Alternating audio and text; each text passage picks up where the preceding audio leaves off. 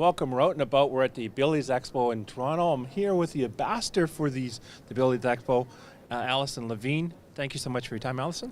It's my pleasure. I'm happy to be here. Not only did you win a silver medal in the Parapan Am Games, you've also done fifth in the Rio in the Paralympics. I want you to talk a little bit about your sport that you're involved with. My sport is a very unknown sport called Boccia.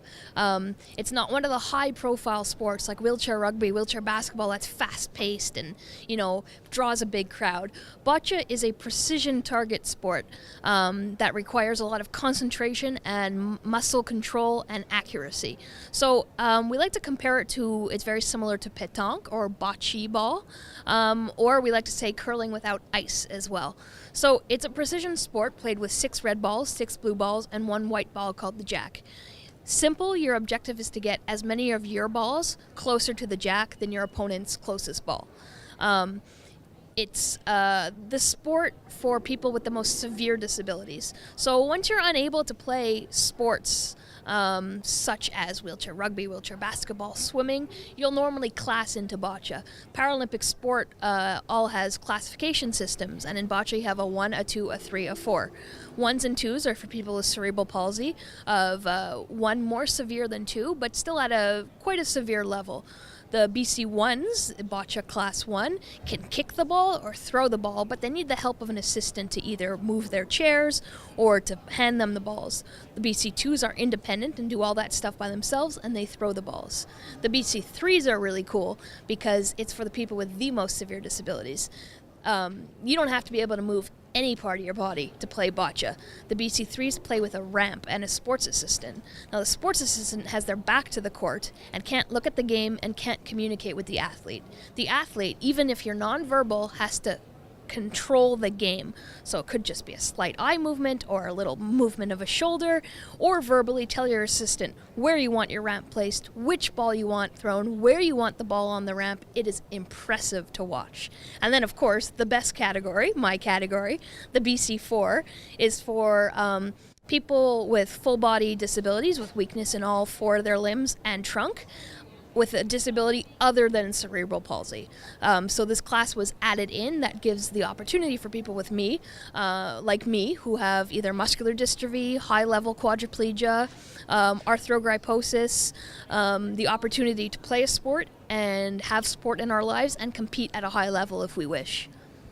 I know you have a neurological disorder. You've had 12 years old when you started noticing the signs. And before you were actually playing wheelchair basketball, wheelchair rugby, we should call it murder ball is what you should call it.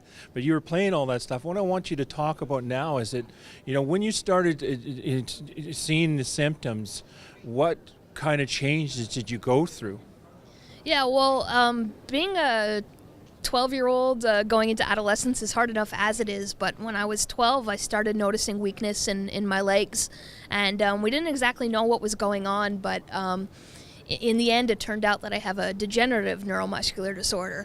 And when you're given news like that, being the person that it's happening to, but then my mother and my father and my sister, it's quite a blow to be dealt when doctors tell you, look, you're going to be getting weaker and you probably won't be able to do this, you probably won't be able to do that, and we don't know what your future holds.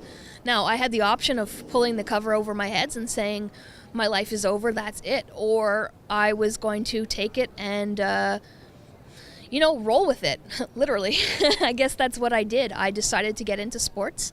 I always loved sports as a kid, but I just wasn't very good. I like to say now it's, because of the muscular dystrophy, but I think I was just really bad, but I enjoyed them. So I started off with wheelchair basketball, actually in horseback riding, and then I switched over to wheelchair basketball, with sledge hockey as well, and then into murder ball, because it's for, people with 4 limbs affected.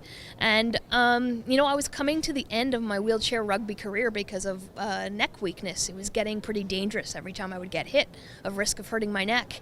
And I actually hadn't heard of Boccia, but we had this wonderful man named Marco Dispaltro, who is my doubles partner on the Canadian national team, came looking for new players.